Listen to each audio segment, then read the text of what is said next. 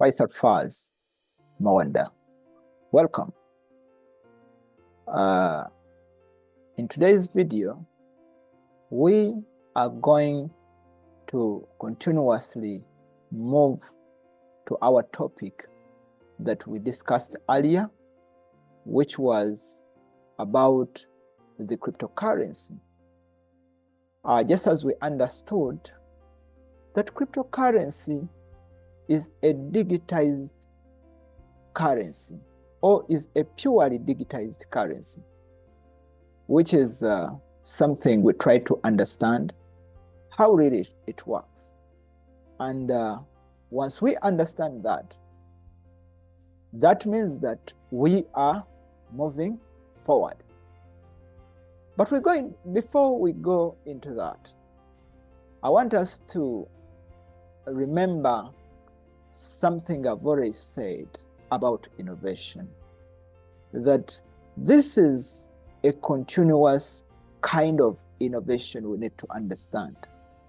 When we talk about cryptocurrencies, it is a great subject, misunderstood by many people, but it is a simple kind of concept.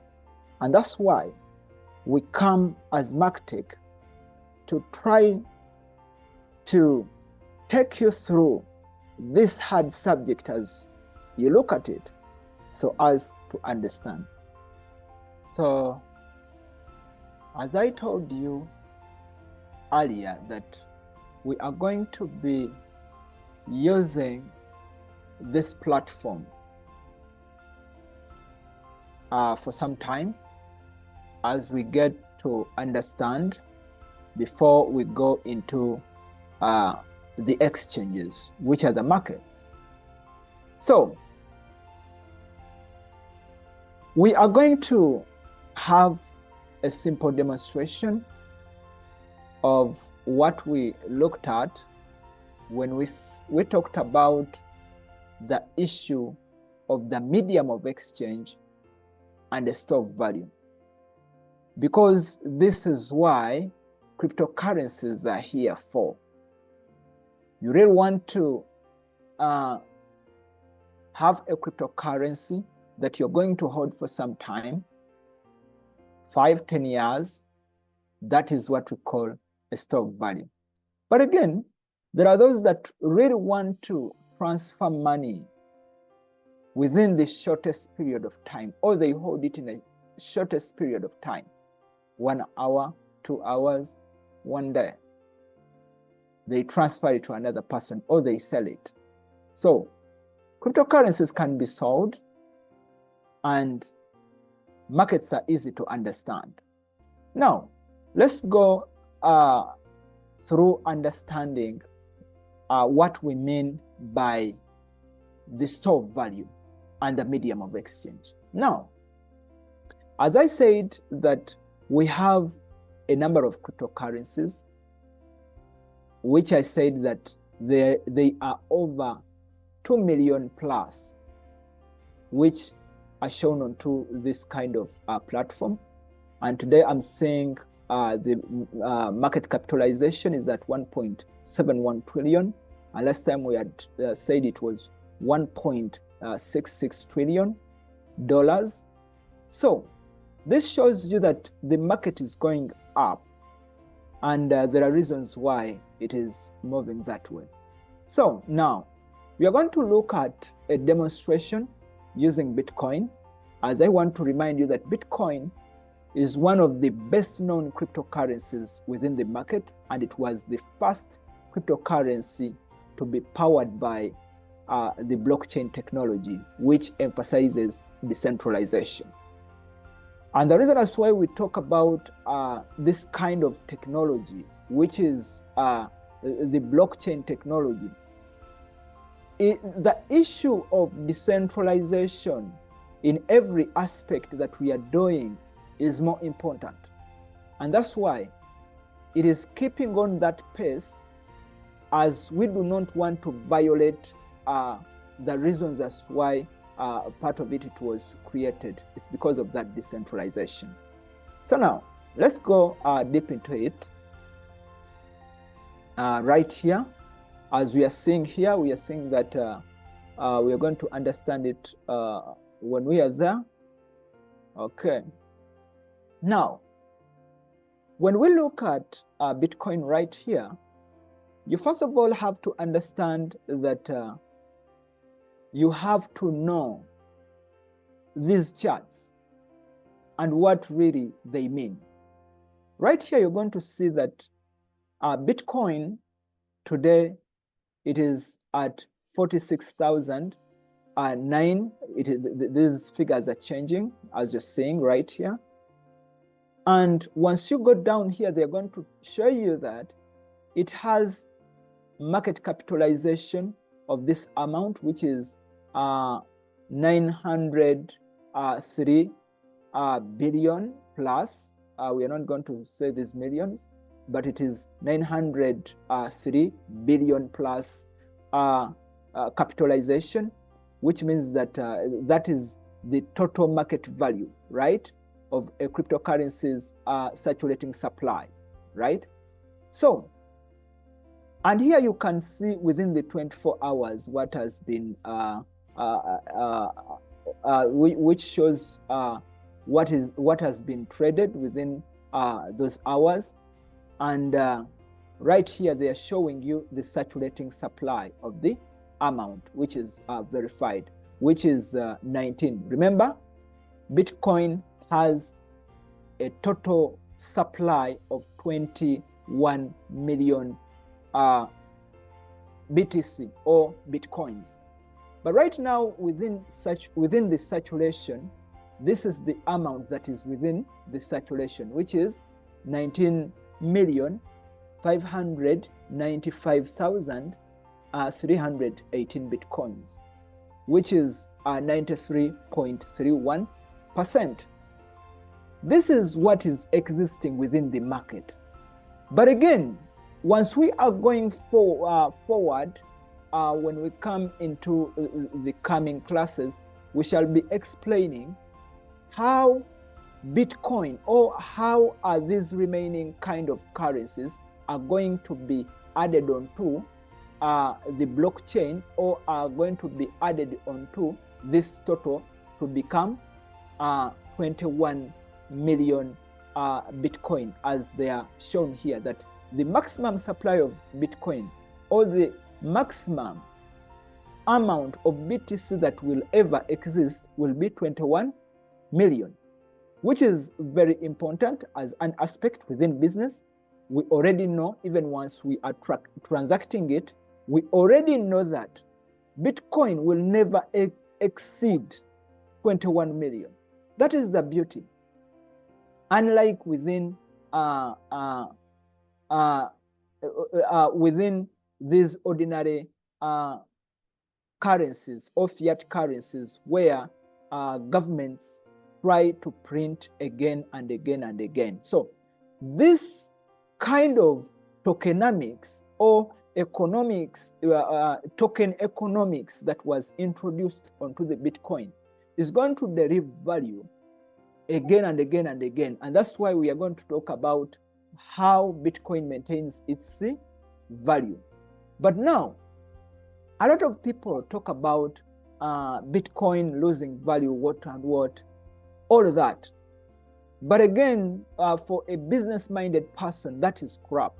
Once you understand what really cryptocurrencies are. And right here, we are going to look at what we talked about. We talked about something, we said that we are going to see what it means by a medium of exchange, but concentrating onto what we call a store of value. Now, you've understood all this, and now we are going to look at the chart, right? This is the chart for Bitcoin, but we are trying to track it in a single day. Which day is today, right? But we may decide to, because I want to show you this in a way how we can differentiate that, the medium of exchange and the store of value, I want us to look at all time, right? When Bitcoin was recorded onto this platform. So we are going to look at Bitcoin beginning from 2011, right? Just here. So once I paint here, I put here my cursor, you're going to see I'm going to be tracking Bitcoin from the date of 7th, 2010, right? When you look at Bitcoin on 7th, 2010, Bitcoin was at the value of, you're going to look at here, where you are saying, I think you are moving with me right here. Bitcoin was at a price on 7th, on 14th of July, right? July, yes, July. 14th July 2010, Bitcoin was at the price of $0.05816, right? And that was the price. And then it had a volume within that period, the trading volume of $261.54, right? But now, let us look at Bitcoin within 1 year, like let us say from June maybe to, let us look at 2021, maybe within the same month, right? On within the month of 7th, right? After 1 year. After 1 year, Bitcoin raised from the 0.5816, what we talked about, to $13.89. But that was a period of 1 year. You see, that was a period of 1 year. Then, once you look at that, it shows you that Bitcoin created some kind of difference. But remember, from its tokenomics, it's only 21 million Bitcoins that will ever exist. Then we are seeing the store of value, because I said that once you are focusing onto the store of value, you are focusing at 5, maybe 3, 5, 10, and beyond. You are looking at a product within a long term. You want to keep this kind of asset for a long term. So it's good for you to look at that product or that asset within a long period of time. Now let us look at the next year, which means that it is 2012. 2012, let us look at the 7th month. Okay, pretty here. Okay, within 2022, it increased by just $1, which is 8.7. Let us take that. But you see, the trading volume within the 24 hours had increased to at least 51,000 plus, right? So people had come in and they were increasing more capital within the market. Now we are going to look at, let us take, let us go to 2015, right? From 2012 to 2015. It had increased to, in 2015, it increased to $281.42, 2015.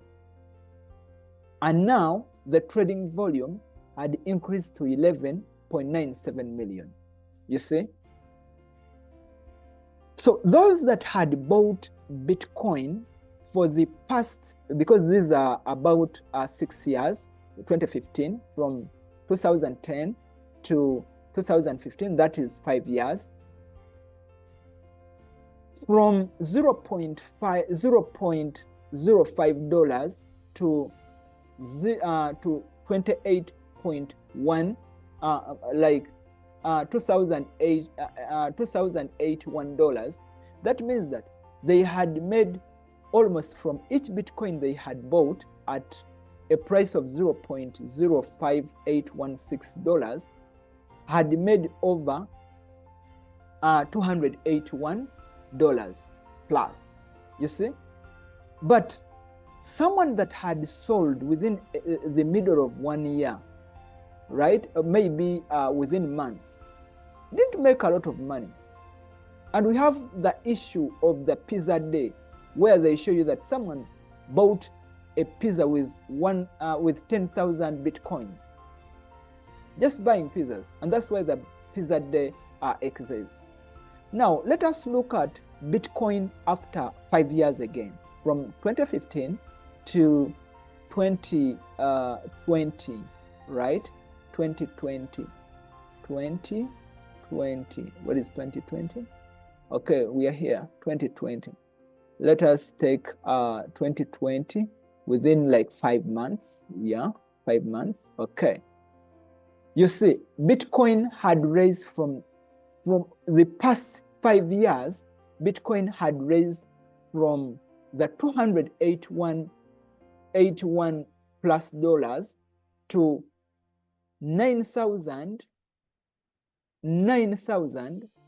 to 9,184 plus dollars. And now you're looking at the volume, the trading volume.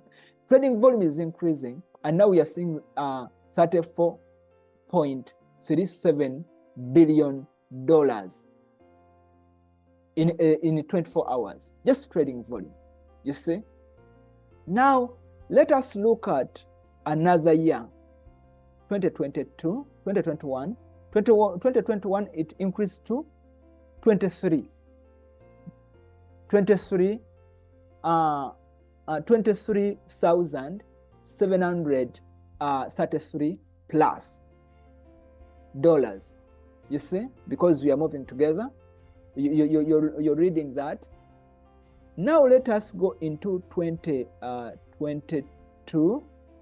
In 2022, I think it is when it made it to its utmost. It reached to, let us go here, to the utmost point, right here. Okay, let me just click it there. Okay. In 2020, it was 2021 when it made it to the highest, which is $64,455. And that was on the 11th. It was on 14th within November 14th, 2021. It is when the highest of Bitcoin happened, and it was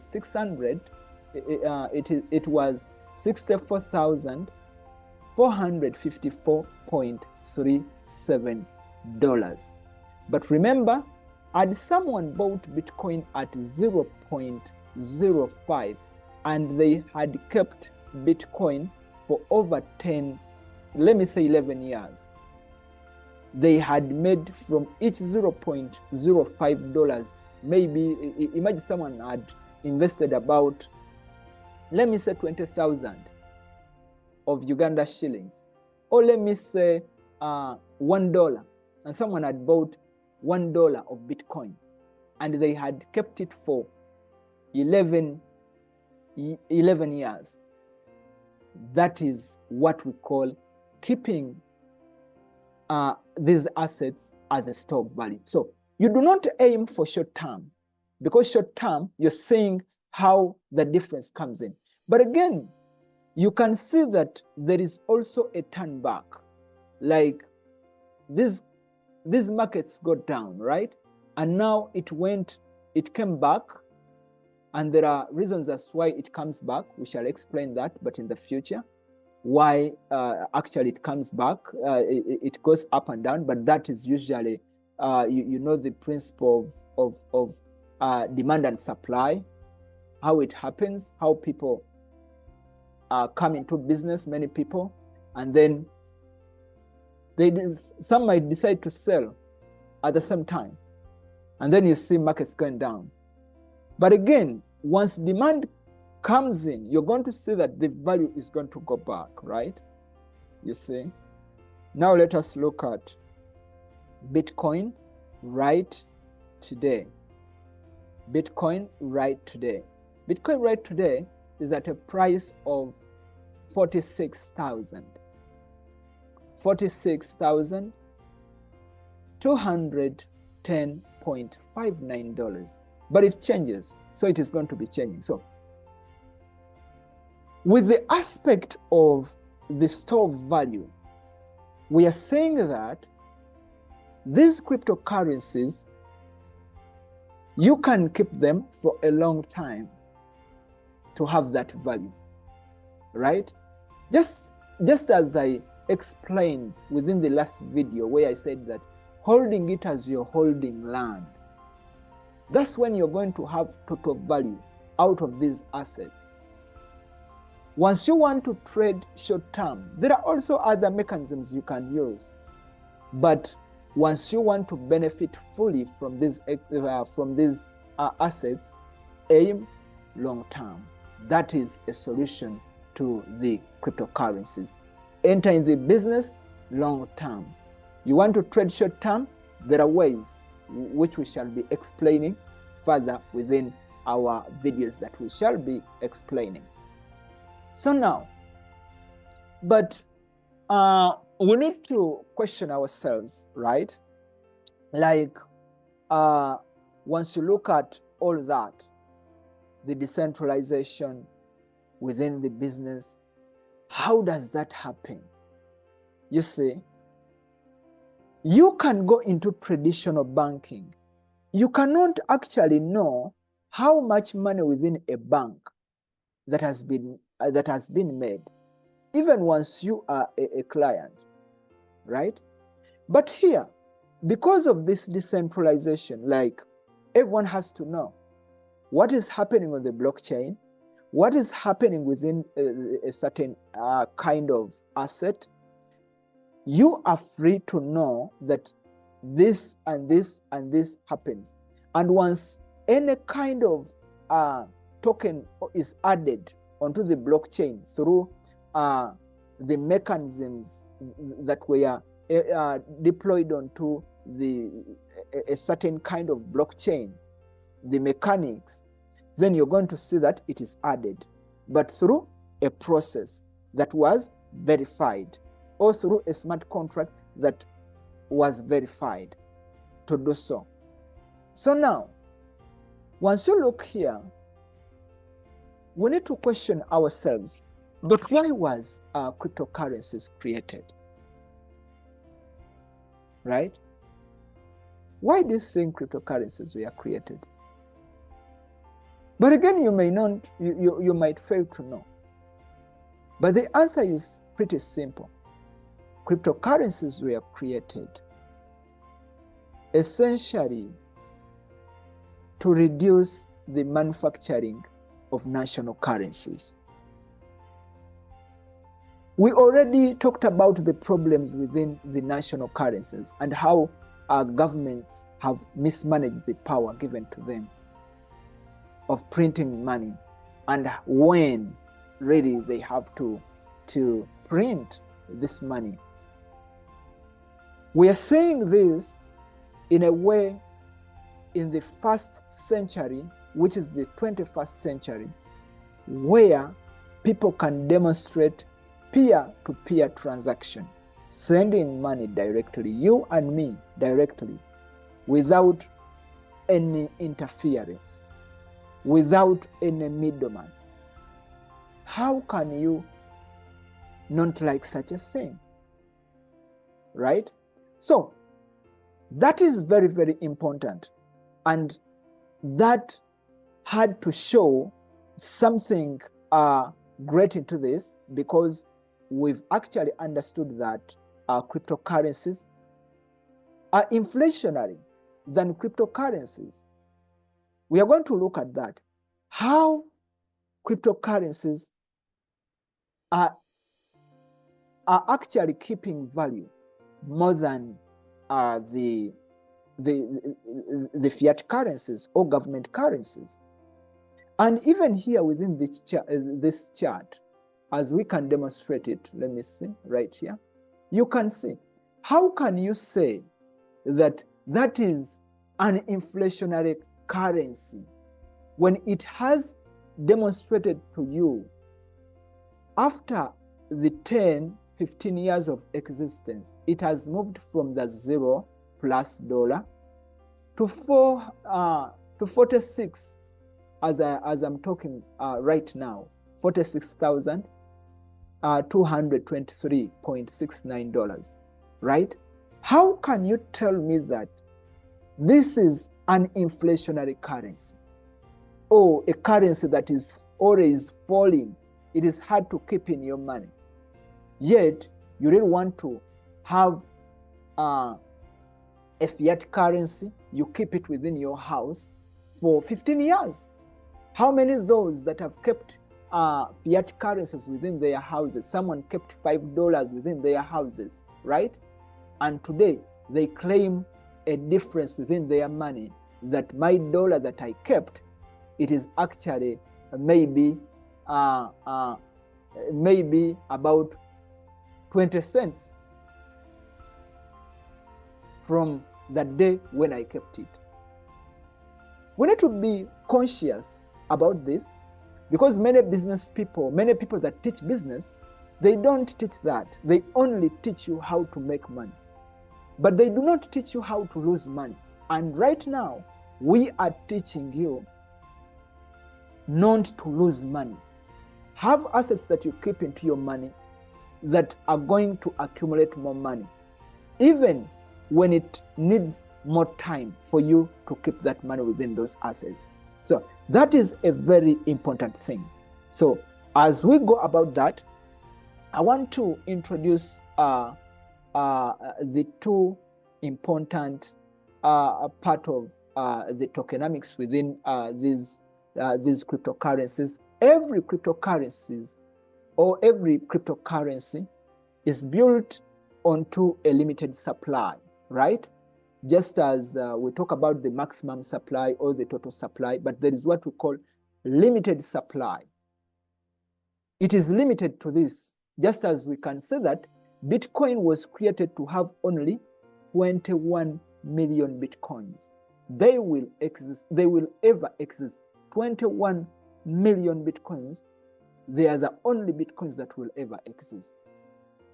And we shall see within what happens and what really halving is all about. But that is the first principle. But once it comes to cryptocurrencies that have more cryptocurrencies, again, for example, they have billion tokens, 200 billions, 1 trillion kind of tokens, you're going to see that some of them have introduced what we call a token ban, right? A token ban. And within the token ban, you're going to see that the amount of cryptocurrencies that were introduced onto the blockchain, they will actually be banned or destroyed, right, within a period of time. After a period of time, they ban until it becomes scarce. Or there are mechanisms that are being used to actually keep that value not going beyond what has been created, and which is a very good kind of economic concept as regards economics within or tokenomics within the cryptocurrency industry. So with those loving cryptocurrencies, it's a good business, it's the future, it's what we have to do to see how we can invest into these cryptocurrencies and have a clear knowledge as to why we are doing this. And this is why we are here as MarkTech. So users, once you want to be helped, try to contact us. Look at our channel and then try to contact us using our numbers. But That is all about our cryptocurrencies. And right today, we are going to look at an example of a fiat currency. So we are going to look at it shortly. We are looking at the dollar. Just as I said that, we need to understand why we are doing things. Why are you keeping your money into the dollar, right? But again, why are you buying cryptocurrencies? You need to have reasons for both sides so that you have a clear decision onto what decision you have to take, right? So I said that basing to the way how the world is operating, we are saying that fiat currencies were not created actually to have value, like to always, they were created to always lose value because of the economics behind it and how they are being created. It's simple, easy, because you cannot print, the mechanisms they use, print, you print again and print again and print again, right? You're adding into the market, or you're adding into the community. But again, within cryptocurrencies, we've seen that there is a limited supply. This is the amount of money that has to, or the amount of tokens that have to exist, right? So within this, seeing what I want to demonstrate here is this kind of inflation we are talking about, because in cryptocurrencies, there is the way inflation is managed. But within fiat currencies, inflation has failed to be managed because of certain issues. And part of it is how these governments mismanage these currencies. But now the reason as to why I'm using the dollar right here is because this is the king of currencies. Okay, they always tell us the dollar has value. It only has value in outside countries or in the countries besides maybe the US. In African countries, you look at the dollar as it has value. But with currency, we are measuring fiat currencies in terms of the purchasing power, right? Over time. Your purchasing power over time. Okay, how many years have you lived? Let us take those that have lived, okay, 50 years. And here I'm having statistics from 1913. From 1913, let's say a dollar started at this. And the reason as to why we are bringing in 1913, it is when the Federal Reserve was created, right? So once the Federal Reserve was created at $1, right? And here there was a